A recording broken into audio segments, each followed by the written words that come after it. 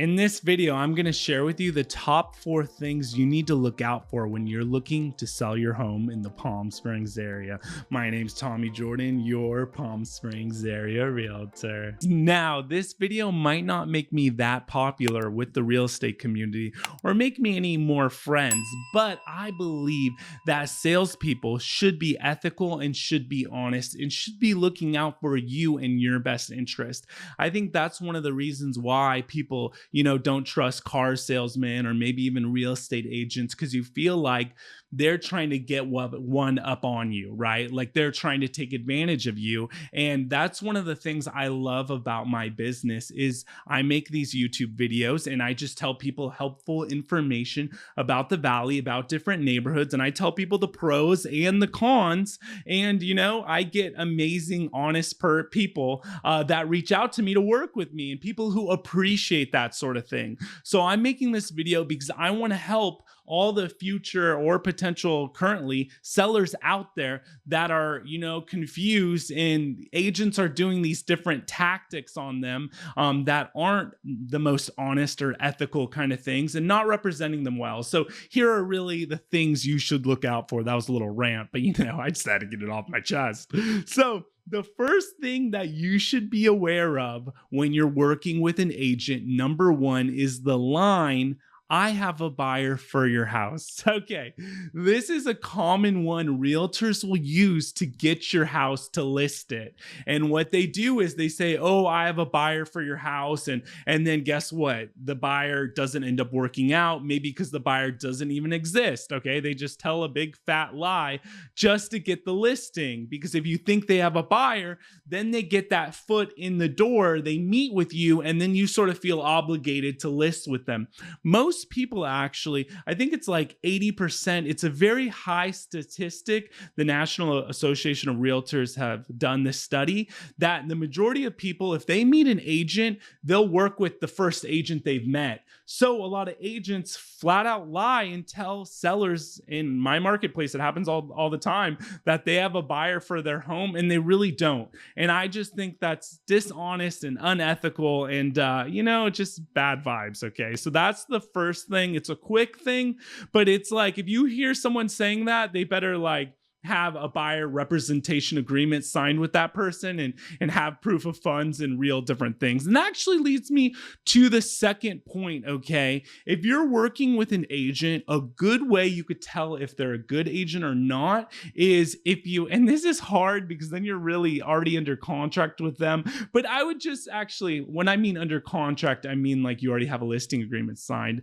I would just talk to the agent about basic things about real estate, right? Like when you get offers, they should, so this is a vague kind of number 2 that I'm giving you, but agents should make sure there's proof of funds or a pre-qualification letter, or just there's a lot of basic things that some realtors don't know. And I've seen it lead some clients and agents, not my clients, but other agents end up in very hot, messy situations because that agent doesn't fully understand how transactions work with earnest money deposit, with contingency dates, with just a lot of the basic things that agents should know.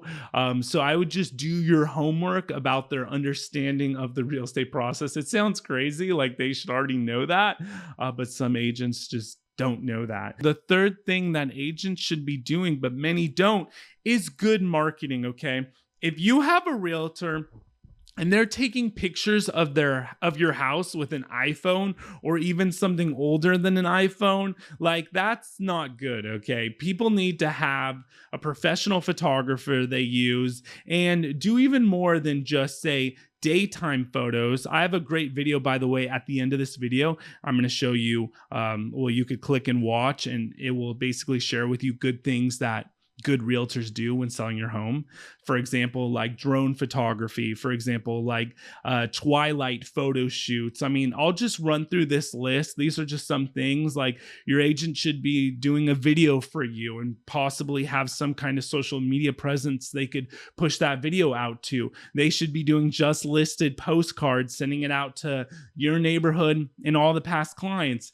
They should have a database of buyers and sellers that they could send out your house to and advertise it. Okay. Like here's a monthly email I send out to people with over 1,200 people on this email list.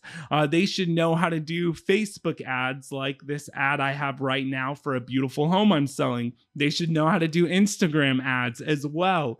Okay. They should have your home on different websites like Nextdoor or even HGTV. I mean, and these are just some of the things with marketing that your agent should be doing. Because what I see happen quite a bit is people will just use like a friend or someone in their neighborhood, and because they feel obligated. Honestly, I don't really like working with family and friends just because it's just the relationship gets weird.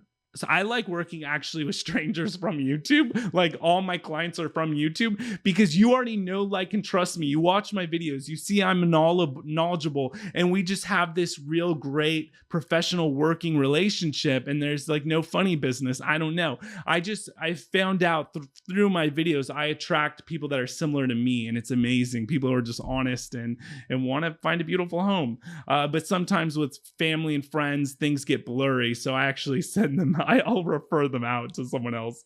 So one of the last things, well, there's two more things, so keep watching.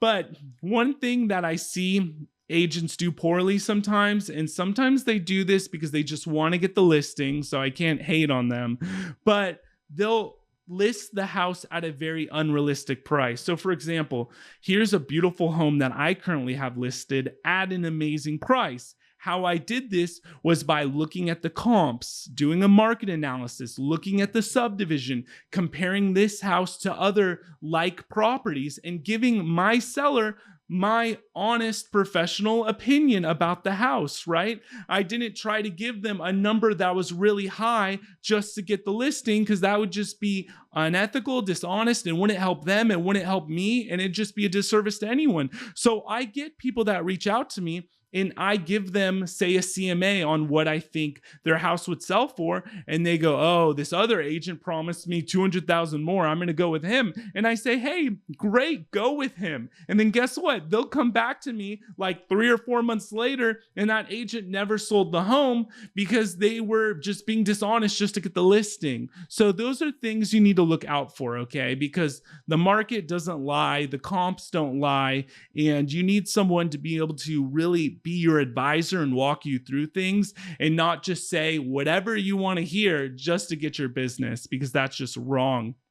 The next thing I just want to say is the whole tactic of open houses. Now, if you want your agent to do open houses, great. But most of the time, open houses, and this is, agents are going to like me for this one. Not that any realtors watch me. I mean, maybe.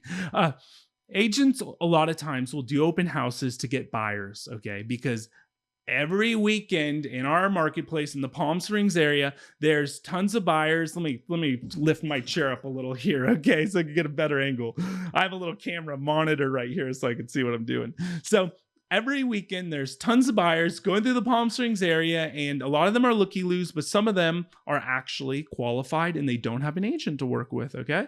So they'll go into different houses, and then guess what? They walk into your house with your listing agent, and they're really not qualified to buy your house, but they make a good connection with that agent, and now that agent just picked up another client. So it's a way for agents to generate business. So I'm not like hating on it. I get it. I mean, I'm very grateful and fortunate that I get all my clients through YouTube. So every single day, people are reaching out to me from my videos. I found a very unique niche, and I know a lot of agents do more traditional, outdated tactics. That's what I call them. It's straight up, it's that simple. So they'll do open houses every weekend. They'll put you out of the house, and they're just either getting more listings from your neighbors that are walking into the house. I feel like I feel like most people know this, but this is like unspoken. I hope most people know this. That's why I'm saying it, because I feel like maybe people don't know this, and they're getting buyers. So my advice, I don't think it's worthwhile to have open houses, to hold them open.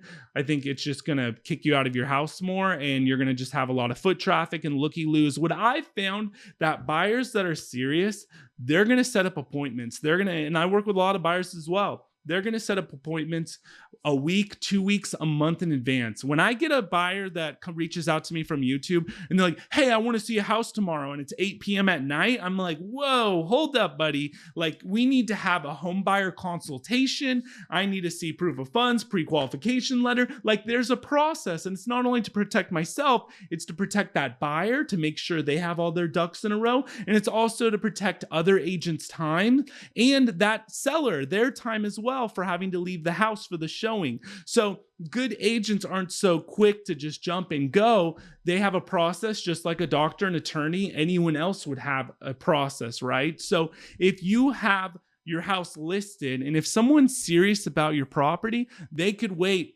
6 hours, 12 hours, or 24 hours to see your house with an appointment, with a showing scheduled. So these are a few of the things that you just have to be on the lookout for with realtors. There are a lot of wonderful agents in my marketplace, in any marketplace, but a lot of agents get a bad rap because they use these tactics that I just said in this video. So if you're looking to work with a great agent, wink, what is this? I'm like, wink, wink, please reach out to me down below. I would love to help you. Sorry, microphone. And please continue to watch more videos on my YouTube channel and like and subscribe for more videos like this weekly. Thanks for watching.